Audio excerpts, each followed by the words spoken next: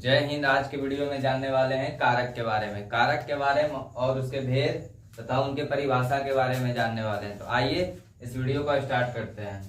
हमारा पहला क्वेश्चन है कारक। कारक कारक किसे कहते हैं? कारक किसे कहते हैं? जो क्रिया की उत्पत्ति में सहायक हो उसे ही क्या कहते हैं? कारक कहते हैं। जो क्रिया की उत्पत्ति में सहायक हो उसे ही क्या कहते हैं? कारक कहते हैं। क्योंकि हम पहले ही पिछले वीडियो में बता दिए थे कि क्रिया क्या है। खाना, चलना, उठना, बैठना, ये सब क्या है? क्रिया है। तो जो क्रिया की उत्पत्ति में सहायक हो उसे ही कारक कहते हैं। जैसे राम ने खाया, राम ने खाया। गंगा हिमालय से निकलती है, गंगा हिमालय से निकलती है। माँ चाकू से अमृत काटती है, माँ चाकू से अमृत काटती है। ये सब क्या है? ये सब कारक के उदाहरण है। अब देखेंगे कारक के भेद के बारे में। कारक के कितने भेद होते हैं? कारक के कितने भेद होते हैं? कारक के मुख्यतः 8 भेद होते हैं। कारक के मुख्यतः 8 भेद होते हैं। पहला है कर्ता कारक, पहला है कर्ता कारक, दूसरा है कर्म कारक, तीसरा है करण कारक, चौथा है संप्रदान कारक, पांचवा है अपदान कारक, छठा है संबंध कारक, सातवां अधिकरण कारक और लास्ट है संबोधन कारक। अब देखेंगे कारक के जितने भी भेद हैं उनके परिभाषा के बारे में देखेंगे। तो आइए देखते हैं। और हमारा पहला जो कारक का भेद था वो था कर्ता कारक। अब देखेंगे कर्ता कारक किसे कहते हैं? कर्ता कारक किसे कहते हैं? कर्ता मतलब जो काम करता है। तो काम करने वाले को क्या कहते हैं? कर्ता कारक कहते हैं। काम करने वाले को कर्ता कारक कहते हैं। जैसे राम ने खाया, राम ने पढ़ा, हमने पढ़ा, आपने पढ़ा, बह गया, सीता ने खाई। ये सब क्या है? कर्ता है। जैसे देखिए, जैसे में राम ने खाया, तो राम क्या है? इसमें खाने का काम कौन कर रहा है? राम कर रहा है, इसलिए राम क्या हो गया? हमारा कर्ता हो गया। राम ने पढ़ा, पढ़ने का काम कौन कर रहा है? राम कर रहा है, इसलिए राम क्या हो गया? कर्ता हो गया। सीता ने गई, जाने का काम कौन कर रहा है? सीता, इसलिए सीता क्या हो गई? कर्ता हो गई। सोहन ने लिखा, लिखने का कार्य कौन कर रही है? लिखने का कार्य कौन कर रहा है? तो सोहन कर रहा है, तो सोहन क्या हो गया? हमारा कर्ता हो गया। सोनू ने हंसा, सोनू ने हंसा, हंसने का कार्य कौन कर रहा है? तो हंसने का कार्य कौन कर रहा है? तो सोनू कर रहा है, इसलिए सोनू क्या हो गया हमारा? उसके बाद दूसरा टॉपिक है हमारा कर्म कारक। कर्म कारक किसे कहते हैं? कर्म कारक किसे कहते हैं? कर्म कारक जिसपे काम का फल पड़ता है, जिसपे काम का फल पड़ता है। जैसे हम लोग कुछ काम करते हैं, तो उसका रिजल्ट क्या होता है? वही होता है फल पड़ना। जिस पर काम का फल पड़ता है उसे क्या कहते हैं? कर्म कारक कहते हैं। जिस पर काम का फल पड़े उसे कर्म कारक कहते हैं। जैसे राम ने रावण को मारा, राम ने रावण को मारा, तो राम हमारा क्या है? राम करता है। मारा किसको? तो रावण को मारा। फल किस पे पड़ा? तो रावण पे पड़ा। मारा, लेकिन मारा किसको? रावण को, इसलिए रावण क्या हो गया? हमारा कर्म कारक हो गया।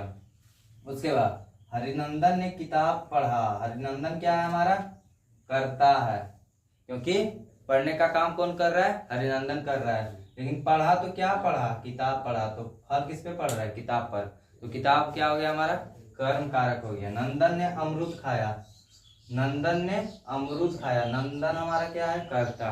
खाने का काम कौन कर रहा है? नंदन कर रहा है। तो खाया, तो क्या खाया? तो अमरूद खाया, इसलिए फल किस पे पड़ रहा है? अमरूद पे, इसलिए अमरूद क्या हो गया? हमारा कर्म कारक हो गया। उसके बाद सोनू ने गणित पढ़ा, सोनू ने पढ़ा, तो सोनू हमारा क्या हो गया? जो काम कर रहा है वो क्या हो गया? कर्ता हो गया। लेकिन सोनू ने पढ़ा, तो क्या पढ़ा? गणित पढ़ा, इसलिए गणित क्या हो गया? हमारा कर्म कारक। आदि ये सब क्या थे? कर्म कारक के उदाहरण थे। तीसरा हमारा है कर्ण कारक। तीसरा हमारा क्या है? कर्ण कारक।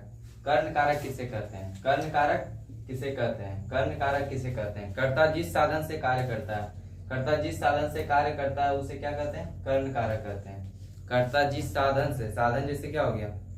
डंडा हो गया, छुरी हो गया और बहुत सारे कुछ है, ये सब क्या है? साधन है।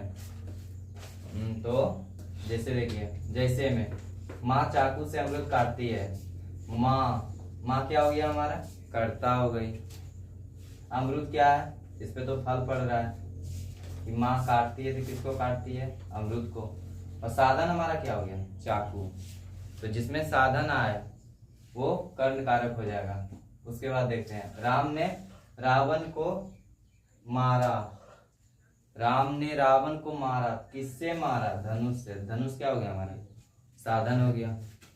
इसलिए राम ने रावण को धनुष से मारा, क्या हो गया हमारा, करण कारक हो गया। सोनू ने सोहन को डंडा से मारा, तो डंडा क्या हो गया हमारा, डंडा क्या हो गया हमारा, साधन हो गया।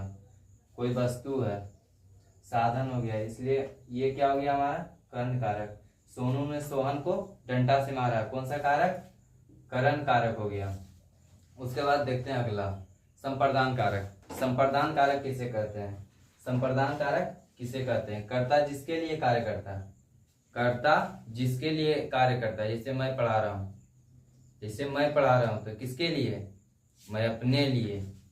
तो संप्रदान कारक किसे कहते हैं, कर्ता जिसके लिए कार्य करता है उसे संप्रदान कारक कहते हैं। कर्ता जिसके लिए कार्य करता है उसे क्या कहते हैं, संप्रदान कारक कहते हैं।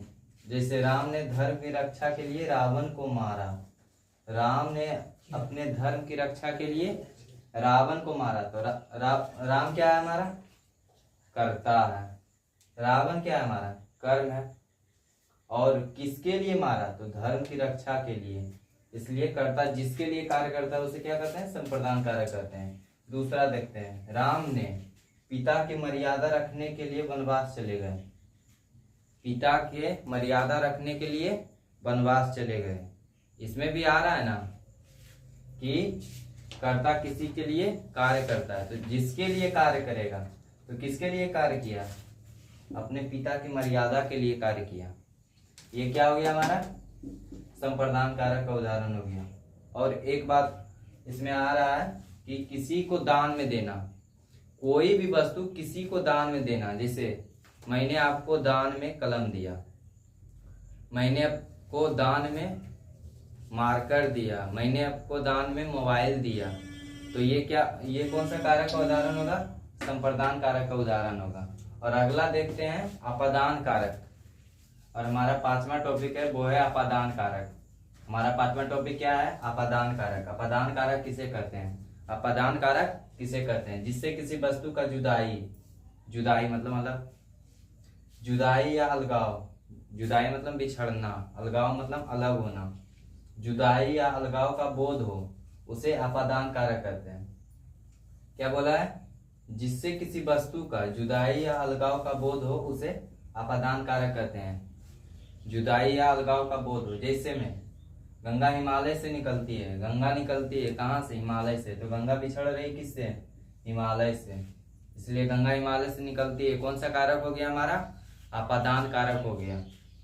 अगला देखते हैं, पेड़ से पत्ते गिरते हैं। पेड़ से पत्ते गिरते, पत्ते कहाँ से बिछड़ रहे हैं, पत्ते कहाँ से बिछड़ रहे हैं या अलग कहाँ से हो रहे हैं, पेड़ से हो रहे हैं। किससे हो रहे हैं, पेड़ से, इसलिए पेड़ से पत्ते गिरते हैं। कौन सा कारक, अपादान कारक। कौन सा कारक, अपादान कारक। उसके बाद सोनू ने श्याम से कलम लिया। सोनू ने श्याम से कलम लिया। सोनू, कलम किससे बिछड़ रहा है, सॉरी, कलम किससे बिछड़ रहा है, श्याम से।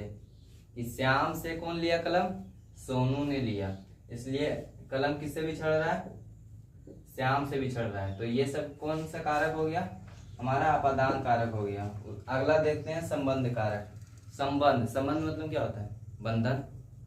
संबंध मतलब क्या होता है, बंधन। संबंध, संबंध कारक किसे कहते हैं, परिभाषा देखते हैं, कर्ता एक दूसरे से संबंध रखता है। कर्ता एक दूसरे से संबंध रखता है, उसे क्या कहते हैं, संबंध कारक। सरल भाषा है, बस सरल भाषा में समझ लेना है और अच्छे से समझना है। कर्ता एक दूसरे से संबंध रखता है, उसे क्या कहते हैं, संबंध कारक कहते हैं। जैसे मैं भारत का नागरिक हूँ, मैं क्या हूँ, कर्ता, कहाँ का नागरिक हूँ, संबंध किससे रख रहा हूँ, भारत से, कि मैं भी एक भारतीय हूँ, मैं भी भारतीय हूँ। जैसे मैं भारत का नागरिक हूँ, मैं क्या हूँ, भारत का नागरिक हूँ, संबंध किससे रख रहा हूँ, भारत से, कि मैं भी एक भारतीय हूँ, मैं भारत का नागरिक हूँ। अगला देखते हैं, मैं आपका भाई हूँ। मैं आपका भाई हूँ, होता है ना भाई बहन का रिश्ता। मैं आपका भाई हूँ, संबंध इसमें क्या है, भाई, कि मैं आपका भाई हूँ, भाई बहन का संबंध है, भाई भाई का संबंध है। मैं अपने घर से पाठशाला पढ़ने जाता हूँ। मतलब मैं अपने घर से पाठशाला पढ़ने जाता हूँ, तो संबंध किससे रख रहा हूँ, पाठशाला से। पाठशाला यानी कि विद्यालय। मैं अपने घर से पाठशाला पढ़ने जाता हूँ, तो संबंध किससे रख रहे हैं, पाठशाला से। तो ये सब क्या है, हमारा संबंध कारक का उदाहरण था। अब अगला देखेंगे अधिकरण। हमारा 7वां टॉपिक है अधिकरण कारक। हमारा 7वां टॉपिक क्या है, अधिकरण कारक। अधिकरण कारक किसे कहते हैं, अधिकरण कारक किसे कहते हैं, क्रिया जिस स्थान पे हो, क्रिया जैसे मैं खड़ा हूँ कहाँ पे, जमीन पे, क्रिया जिस स्थान पे हो उसे अधिकरण कारक कहते हैं। क्रिया जिस स्थान पे हो उसे अधिकरण कारक कहते हैं। जैसे चिड़िया डाल पर बैठी है, चिड़िया कहाँ पे बैठी है, डाल पर बैठी है, तो क्रिया किस स्थान पे हो रही है, डाल पर हो रही है। क्रिया जिस स्थान पे हो उसे अधिकरण कारक कहते हैं। जैसे चिड़िया डाल पर बैठी है, चिड़िया डाल पर बैठी है, तो चिड़िया कहाँ बैठी है, डाल पर, तो क्रिया कहाँ हो रहा है, डाल पर हो रही है। बच्चा खाट पर सो रहा है, बच्चा सो रहा है कहाँ पे, खाट पे, तो क्रिया किस स्थान पे हो रही है, खाट पे हो रही है। लड़के सड़क पे खड़ा है, लड़के सड़क पे खड़ा है, तो इसमें क्रिया कहाँ हो रहा है, इसमें क्रिया कहाँ हो रहा है, सड़क पे हो रहा है। इसमें क्रिया कहाँ हो रहा है, सड़क पे हो रहा है। कि लड़के कहाँ पे खड़ा है, तो सड़क पर खड़ा है, इत्यादि। ये सब क्या था, अधिकरण कारक के उदाहरण थे। ये सब क्या थे, अधिकरण कारक के उदाहरण थे। और हमारा लास्ट टॉपिक है वो है संबोधन कारक। हमारा लास्ट टॉपिक क्या है, संबोधन कारक। तो आइए देखते हैं संबोधन कारक किसे कहते हैं। संबोधन कारक किसे कहते हैं, पुकारने, पुकारता है ना, सुनो, ये सब क्या है, पुकारना, चिल्लाना, चिल्लाते हैं। और संबोधित करने वाले को संबोधन कारक कहते हैं। पुकारने, चिल्लाने एवं संबोधित करने वाले को संबोधन कारक कहते हैं। पुकारने, चिल्लाने या संबोधित करने वाले को संबोधन कारक कहते हैं। जैसे अरे श्याम, अरे श्याम, पुकार रहे ना, अरे कृष्णा, सॉरी रे कृष्णा, क्या कर रहे हैं, संबोधित कर रहे हैं।